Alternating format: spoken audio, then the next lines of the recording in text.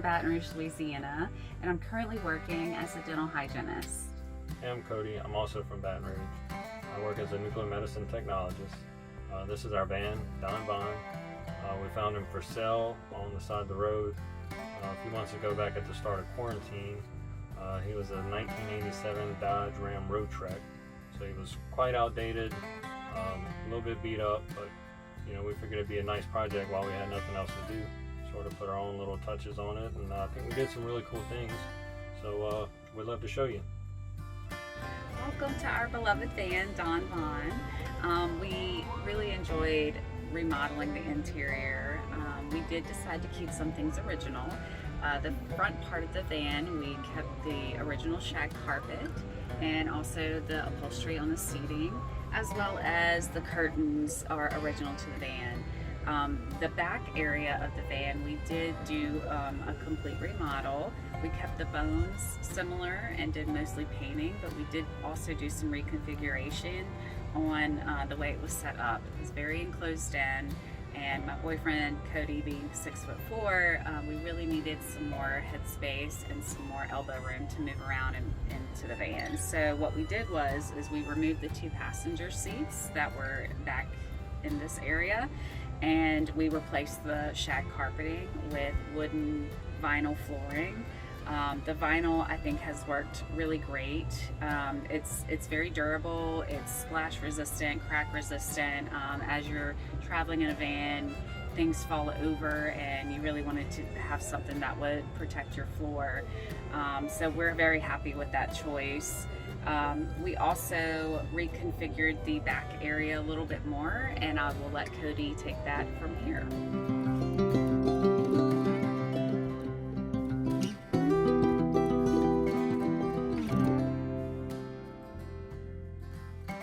Okay, so welcome to the kitchen / bathroom area of the van here. We'll start over here on this side. So originally this was all closed off. It had 2 big hole doors here. There was a closet, and this was just a whole little toilet area here. But what we decided to do was sort of take the doors off, cut the walls down, and add a little bit more counter space, because that's what we were lacking the most. But we did manage to keep some storage under here for pots and pans, coffee pot, things like that. And we kept the toilet under here behind this door. And so you just open it, you lift the countertop here, and you can get in there and do your business. We used some plywood with some epoxy for the countertop here. Added a shelf up here, which gave us some more storage for food. We like to put our dry food in the jars up here. Plastic is also good. It's a little bit less noisy, but it works out. Over here we have the kitchen area. We got the propane stove. There's a propane tank attached under the van over here on the left side. We got the sink. Runs off of a pump under this cabinet here, where we have a little cleaning supply storage, toilet paper storage, things like that. It's connected to a tank over under the passenger seat. We have our microwave and a little bit of more food storage here. All this wood was changed out. It was originally the sort of pressed faux wood. We changed it out to, I think this is some 1x6s here. We did a little torch technique on the patterns in the wood, and then we put a nice stain on it, gave it a nice look. We also have the air conditioner up here. Keep us cold in the summer and warm in the winter. It's also a heater, although it doesn't run off of our inverter. The compressor is just a little strong, so we have an option to plug up to a 30 amp, which takes care of it. And we got the fan right in front of it over here. A little bit more pots and pan storage on this side, and that's why you need bungee cords and stuff to keep it all in, because it likes to fall out. Junk drawer and utensils here. So pretty much everything we need, we're all set around here.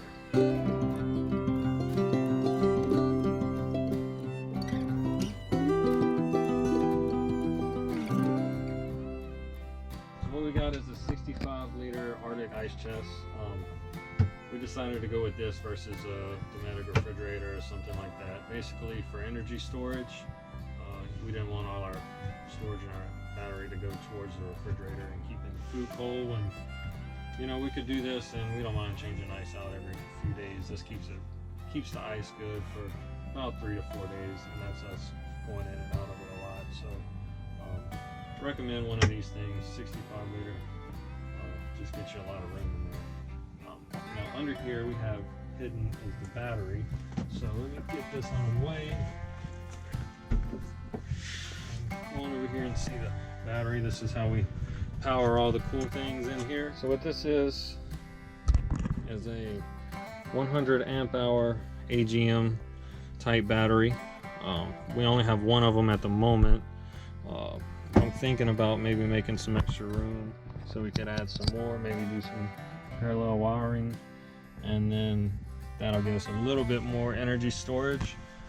We have a 1000 watt inverter connected to the battery and that's what runs our lights, our fan, pump, things like that. Keeps us going and back here in the cabin. So yeah, that's it for the energy. Walk you around the back and let Hannah show you guys the bedroom.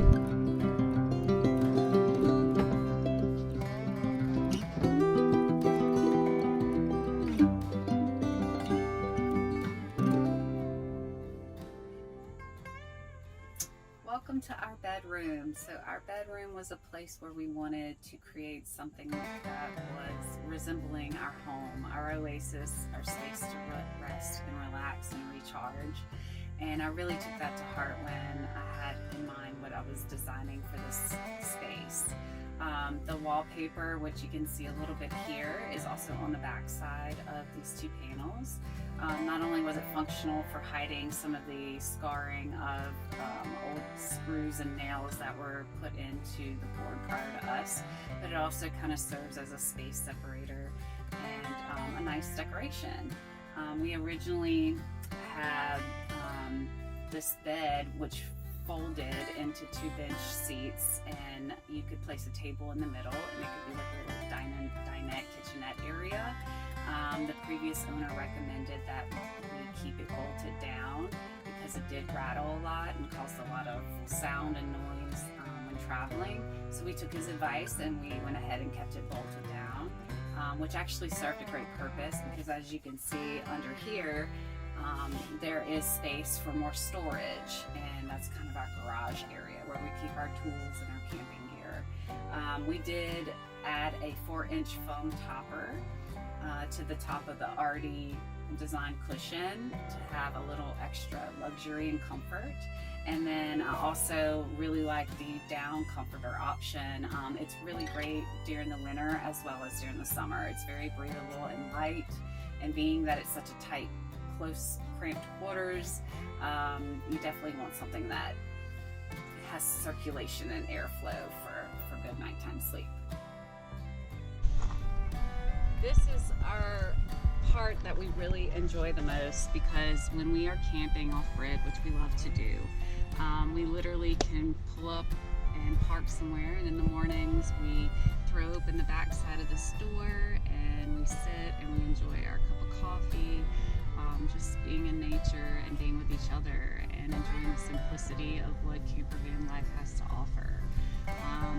As you can see, here's my fabulous wallpaper that I'm so in love with, and all our little decorative pillows kind of make it a little more homey and a little more comfortable for us.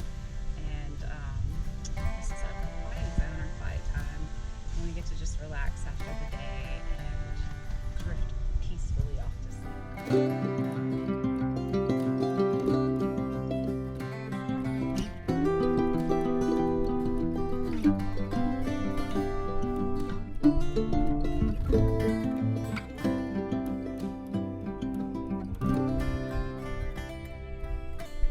Thank you for coming on the tour with us. We hope you enjoyed it.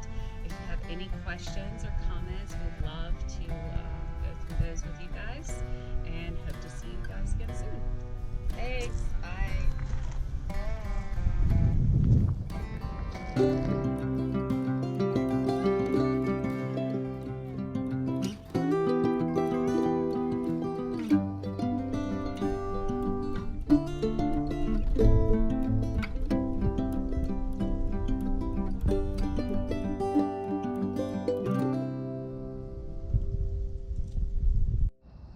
Well, thanks for coming on a tour of our van.